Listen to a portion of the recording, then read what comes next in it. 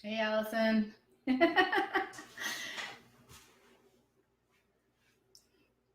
Just going to wait a few more minutes so more people can come on. Can you hear me okay?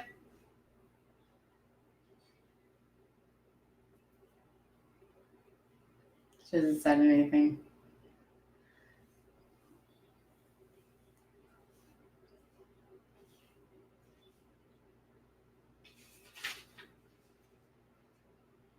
Gonna wait a few minutes.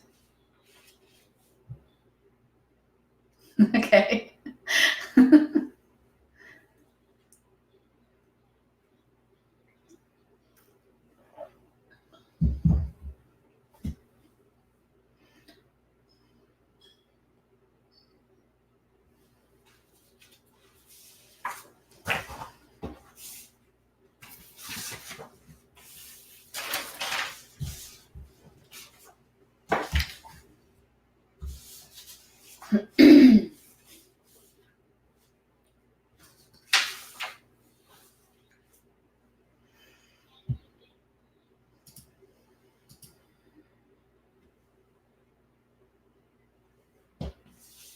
Got a whole lot of information to go over.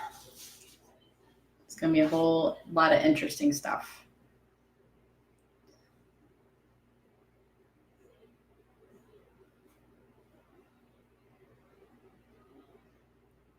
Make sure the kids stay quiet.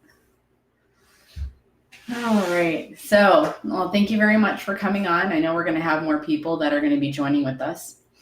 My name is Sandy Rizaldi, soon to be Dr. Rizaldi, very close. My project is almost done.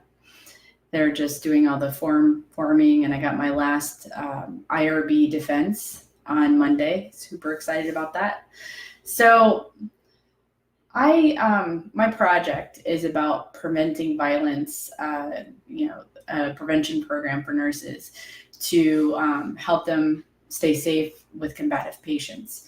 So how I came about this subject was because I used the American Nurses Association back in, I believe it was 2007. Metalvo came out with the nursing indicators that they were looking at were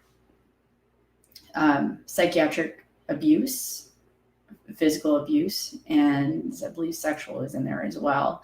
Nursing turnover, and also, hey, Katie. And also, so we had psychiatric abuse, and then we had turnover and job satisfaction. So growing up in the nursing field since I was 16 years old, I've seen how violence has just creeped up. And then we came into the homelessness boom back in 2008 to 2010 roughly, and people lost their jobs. It just continuously got worse.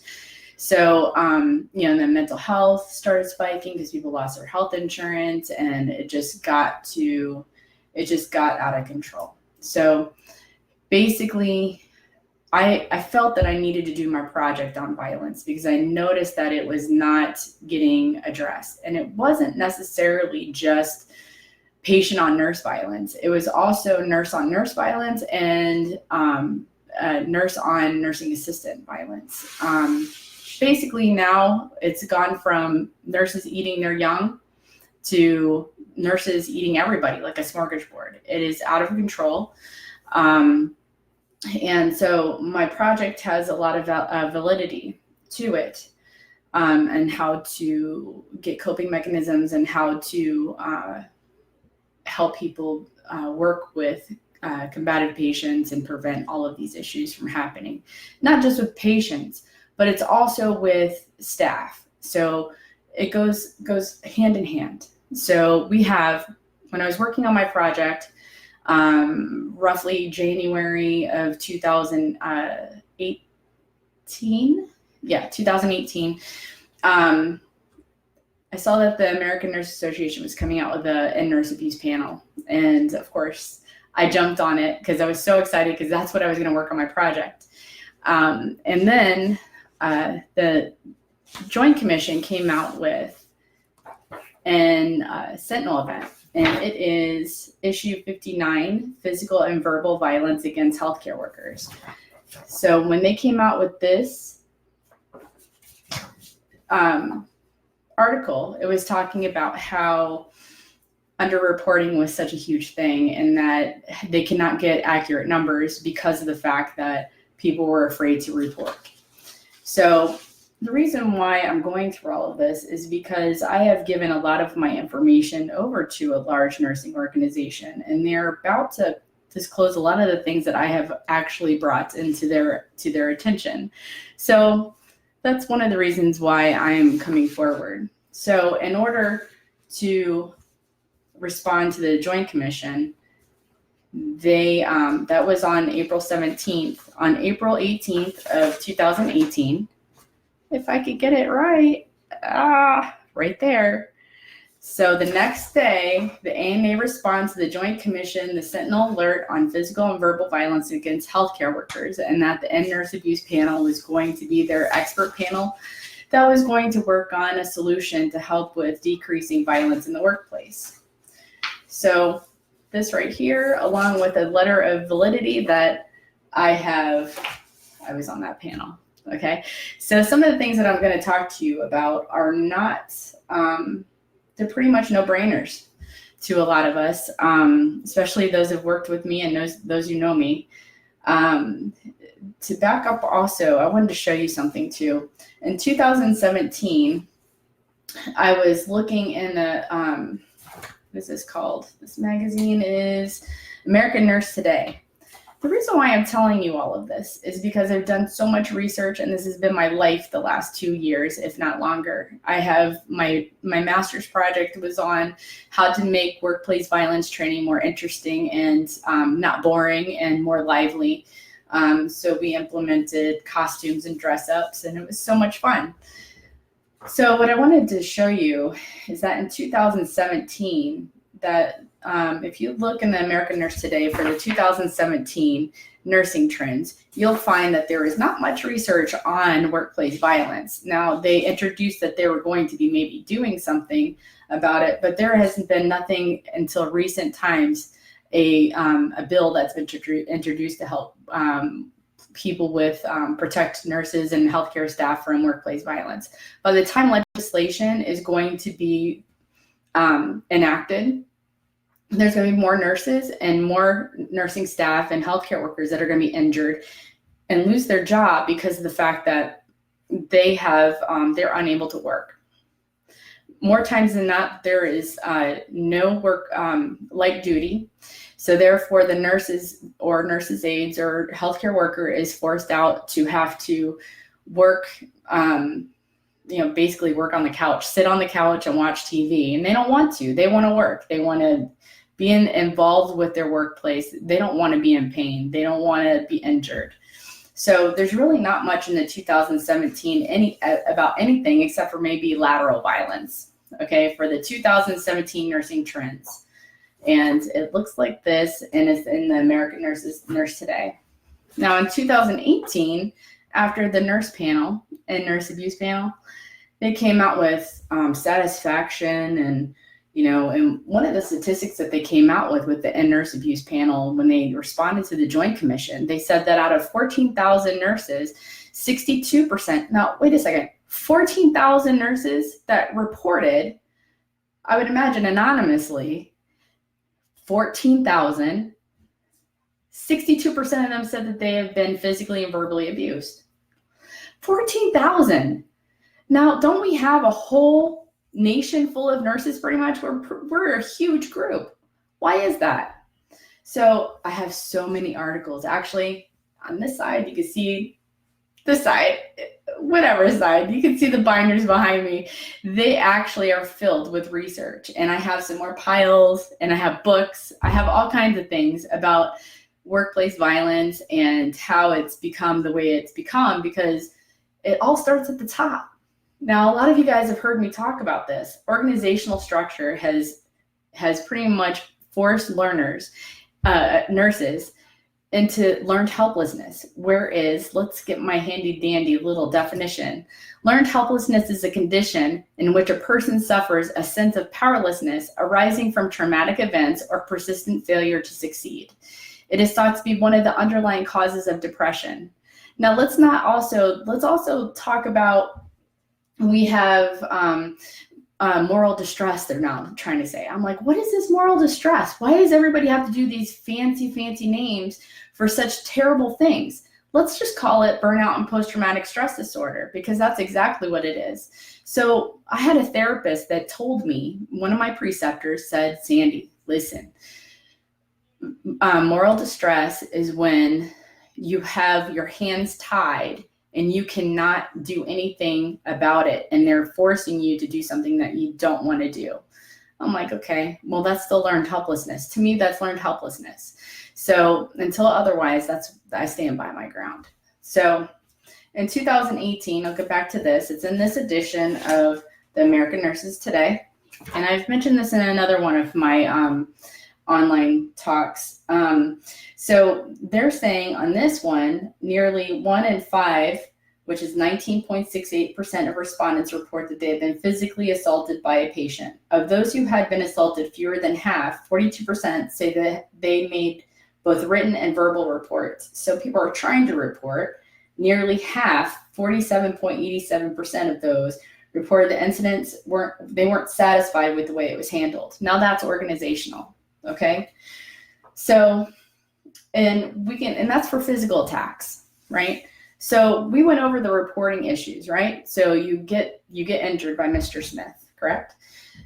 Unfortunately, like, we'll just say he punched you in the face. This happens a lot. And it also happens that you get spit on, you get kicked, you get, punched, you get your hair pulled, you get talked to like you're a piece of dirt. You also get, family members stalking you. You get all kinds of things that are happening. So what I'm trying to say is, you have, I lost my thought. What happens is that, so you get reported, you get injured. You go to the charge nurse and say, hey, I'm really in a lot of pain. You're crying, you don't feel good. And you have to give your assignment up, right, to the charge nurse. And she's not so happy, right? So you got assaulted once, and that is your victimization, right? Then you go to the charge nurse, and she's not exactly too happy with the fact that she has to, she might be a new nurse and she's in a charge nurse role, which is common. Maybe 1 year, maybe experience. I don't know. I would imagine she would be perfectly capable, but with the stress level, it gets to be a little much. Then you get the burnout, right? So then you have, you tell the charge, you get injured, you tell the charge nurse, then she disseminates your group, including Mr. Smith that punched you. That's number 3, right? Are those nurses going to be exactly happy with the fact that you got their assignment? Probably not. Then you have my kids. Then number 4, you go down to the ER, and automatically you get drug tested, which is fine, but it's also a corporate liability. So you're victimized already 4 times. And that's as far as I'm going to go on this call. But it continues on and on and on, to the point that nobody wants to report anything.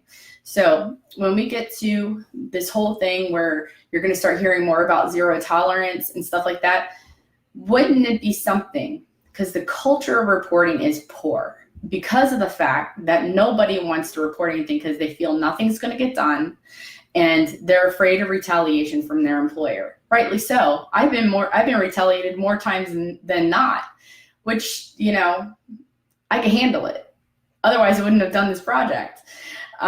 So voluntary reporting mechanisms would be perfect, right? To have a ballot box, to have them anonymously report. So say, for instance, you're the nurse, and then you have a nurse's aide, and then you have the charge nurse. Now, anyone could slip this piece of paper in there, right? And then it gets disseminated. This is if you don't want to press charges, and that if you don't want to get checked out. Okay. So you just put on there, you're punched, kicked, slapped, whatever it is, right? But you don't put your name on it. It's called anonymous for a reason, because it's trying to build up the feeling for the nurse that's reporting that they're not going to be retaliated against. Okay. So yes, it might have the patient's room number, it might, but nobody knows who actually reported this. So It's also the beliefs of the nurses is where a lot of the problem is, because of the fact that nurses don't feel like anything's ever going to change. It's only going to get worse before it gets better. And I believe that too, unless we do something about it. And it can't be just me. I have all the answers in the world, right? But what are my answers if nobody wants to do anything about it?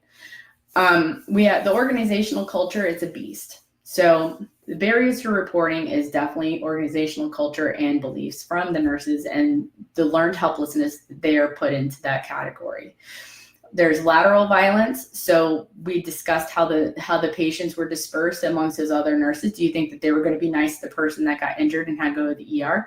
No, they probably aren't. Not really meaning to be hateful, but it comes off like they don't care about the other nurse. So learned helplessness is pretty big, and lateral violence is pretty large.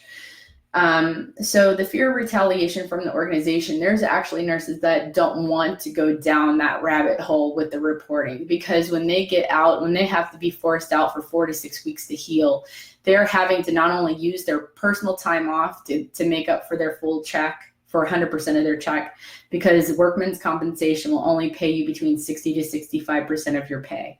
Is that right? No, it's absolutely not right. So there's so many levels of victimization, and puts a nurse in that mindset that nothing's going to get done. So what is the point? Why do they want to report?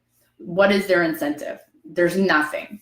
So that is an organizational culture that has been created by people that are not on the floor, that are not taking care of their nurses in the regards of what is really happening. It is a dime a dozen a nurse. It takes about $200,000, roughly $200,000, maybe a little bit more, to run an ad, to find qualified applicants for the position, to train, and to, by all that time, that's a lot of money, because they got to train the trainer. They also got to train the nurse. So is it really beneficial to the organization? Absolutely not. But they don't see that. And then plus the time off for the injuries. If it's not reported, it never happened. Just like when you chart, it never happened, right? So why is it important to report workplace violence? So we talked about anonymous reporting. What it does is it ensures the staff that they're supported without the feeling of retaliation. And this is exactly what we need. Anyone that can report the nurse, report for the nurse with that little slip of paper.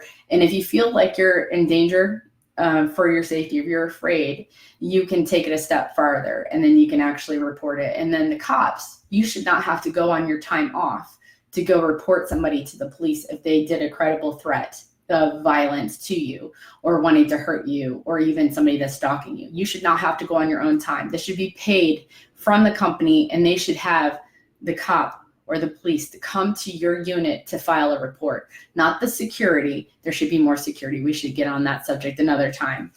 So you should not have to leave in order to be able to get a police report taken care of. So reinforcing zero tolerance. Some places do not have zero tolerance policies. Believe it. There's some places that do not have zero tolerance policies. So, and there's also a lot of states where you have, I can think. There's some places that it's not even a felony for nurses to get injured by a patient. Only in the ER, like in Florida, if you get injured by a patient, like even on a mental health floor, it is not a felony unless you choose to go and try to, take out charges. Now, while we're on that mindset, nurses don't believe, there are some nurses out there that don't believe that a patient needs to get put in jail or get charges filed because they're not of right mind. I hate to tell you, but there are a lot of people of right mind. Now, I understand with Alzheimer's and dementia, but there are a lot of people that are getting away with hurting nurses and nursing staff because people are not reporting. So it reinforces their bad behavior. Now, what do we know about reinforcement? Reinforcement just says, oh, it's okay, you're going to come back, or they'll split and they'll try to get another nurse to do the same thing that they wanted you to do. Like your mom, like mom and dad, mom never gave you what you wanted, but dad will. Well, that's exactly what patients do because they manipulate the system.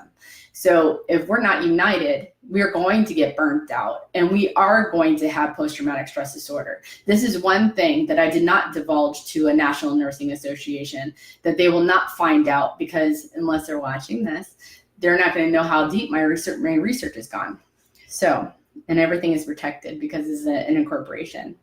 So reinforcing. So what we want to do is we want to reinforce whatever policy is in place. And then shared governance. Who knows about shared governance? A lot of people. Does it work?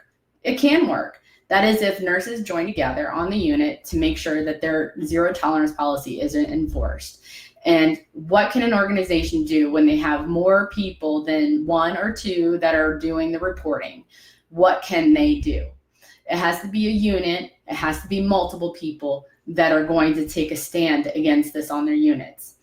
So the policy is only effective for those that are actually going by the policy. If there is one. If there isn't, then why don't you make one, right? And if you need help, let me know. I will do whatever I can to research whatever for you. That's what I'm here for. Most of the time, organizations fail to adhere to their own policies and procedures. How many on this call have seen that? A lot. They don't adhere to their own policies. They just let it go about the wayside.